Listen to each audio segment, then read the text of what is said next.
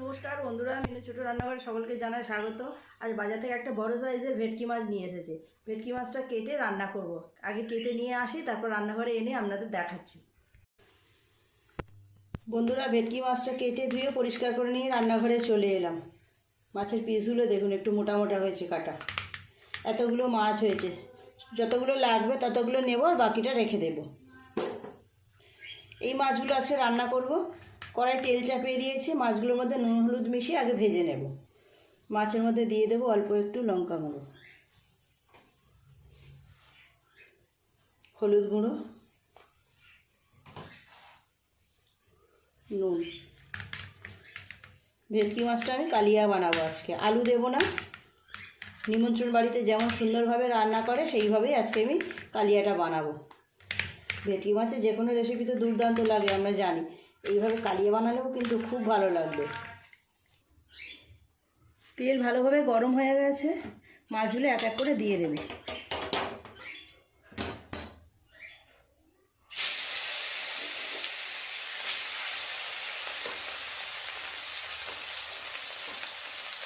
পিসগুলো খুব সুন্দর হয়েছে।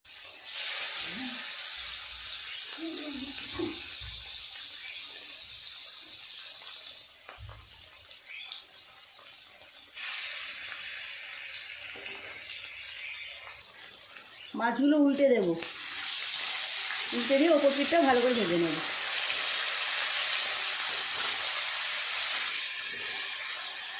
মাছগুলো ভাজা হতে হতে আমি একটা মশলা বানাবো। দু রকম মশলা বানাবো। এখানে একটা টমেটো নিয়েছি আর এখানে আদা রসুন নিয়েছি পরিমাণ মতো। এই একটা মশলা বানাবো। আর এখানে পোস্ত আর চারমগজ নিয়েছি, অল্প একটুখানি বাদাম নিয়েছি, একটা সুন্দর করে পেস্ট বানাবো। এই মাছগুলো ভাজা হয়ে গেছে, তুলে নেব। আর যে মাছগুলো আছে ওগুলো ভেজে নেবো একরকমভাবে।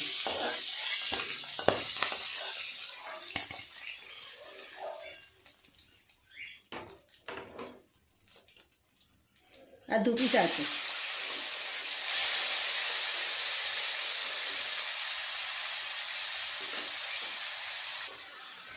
এই দু পিস মাছও ভাজা হয়ে গেছে, তুলে নেব। ভেটকি মাছটা এমন একটা মাছ, খেতে তো সুস্বাদু অবশ্যই। ছোট বড় সবাই কিন্তু চোখ বন্ধ করে খেতে পারে, একদম কাঁটা নেই। আর একটু তেল দিয়ে দেবো এই তেলের ওপর। ফোড়নে দেব গোটা জিরে, এলাচ আর দারচিনি, শুকনো তেজপাতা, শুকনো লঙ্কা।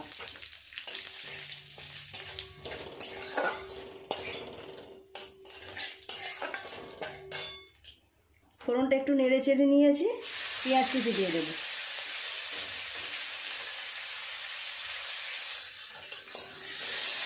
পেঁয়াজটা একটু ভেজে নিতে হবে ভালোভাবে, নেড়ে চেড়ে।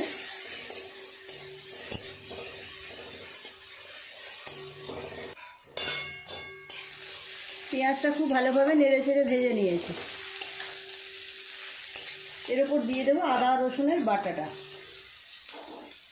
আদা রসুন আর একটা টমেটো একসঙ্গে পেস্ট করেছি।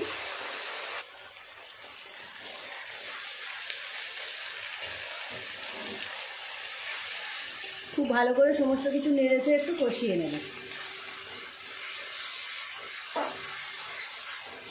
ভেটকি মাছগুলো এত সুন্দর কোয়া কোয়া হয়ে ছেড়ে যায়, খাওয়ার সময় বেশ ভালো লাগে। আর একটা হয়তো কাঁটা নেই, শুধু মাছের মাঝখানে যে শিরদাঁড়া কাঁটাটাই আছে। খেতেও সুবিধে, দুর্দান্ত টেস্ট মাছের। ছোটো বড় যে কেউ কিন্তু খুব সহজেই খেতে পারে। এর উপর এক এক করে বাকি মশলাগুলো দিয়ে দেবো। হলুদ গুঁড়ো 1 চামচ, লঙ্কা গুঁড়ো দেবো 1/2 চামচ। ঝালটা যারা যেমন খাবে সেই অনুযায়ী দেবে। ধনে আর জিরের গুঁড়ো 1 চামচ। নুনটা দেবো স্বাদ মতো।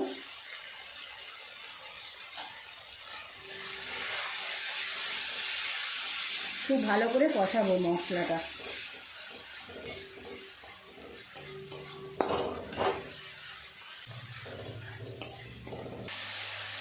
খুব ভালো করে মশলাটা কষিয়ে নিয়েছি। দিয়ে দেবো 4 বাবর পোস্ত আর কাজু বাদামের যে পেস্টটা করেছি।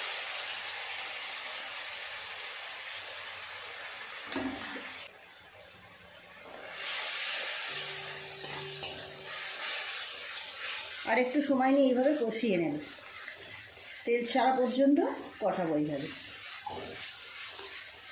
এই রান্নাটা হতেও কিন্তু খুব বেশি সময় লাগে না, মশলাটা কষিয়ে নিলেই হয়ে যাবে।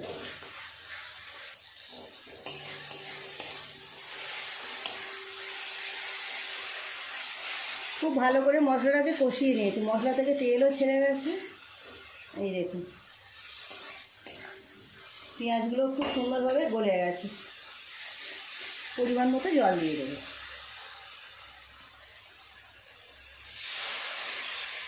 খুব বেশি পাতলা করবো না, এই পরিমাণ জল দিলাম।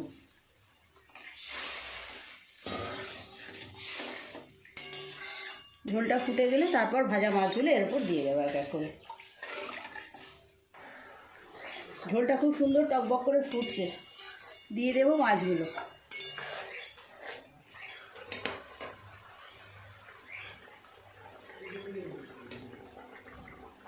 মাছগুলো দিয়ে আর 5-6 মিনিট ফোটালেই হয়ে যাবে।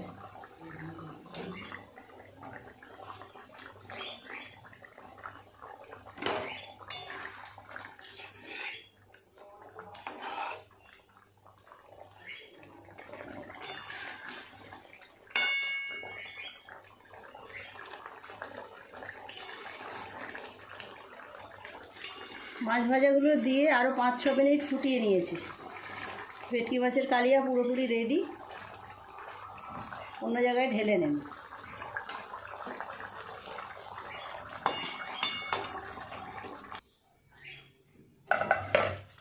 খুব বেশি পাতলা গ্রেভি রাখিনি, এই রেসিপিতে খুব বেশি পাতলা গ্রেভি ভালো লাগবে না। কেমন দেখতে হয়েছে দেখুন বন্ধুরা। ভেটকি মাছের কালিয়া তো খেতে ভালো লাগে, ভেটকি মাছের যে কোনো রেসিপি করা হোক না কেন সবই দুর্দান্ত লাগে। এইভাবে কালিয়া করলেও কিন্তু আরও বেশি সুন্দর লাগবে। প্লিজ বন্ধুরা আজকের রেসিপিটা কেমন লাগলো কমেন্ট করে জানাবেন। আপনারা একবার এইভাবে রান্না করে দেখবেন, দারুণ টেস্ট হয়। রেসিপিটা যদি ভালো লাগে একটা লাইক করে দেবেন বন্ধুরা। আমার চ্যানেলটি এখনও পর্যন্ত যারা সাবস্ক্রাইব করেননি প্লিজ আমার চ্যানেলটি সাবস্ক্রাইব করে পাশে যে বেল ঘন্টিটা আছে সেটা অবশ্যই ক্লিক করবেন। তাহলে যখনই আমি এরকম নতুন কোনো সুন্দর সুন্দর রেসিপি আপলোড করব সবার আগে তা আপনার নোটিফিকেশানে পৌঁছে যাবে। সবাই খুব ভালো থাকবেন, দেখা হচ্ছে পরের দিন নতুন কোনো রেসিপির সাথে। নমস্কার।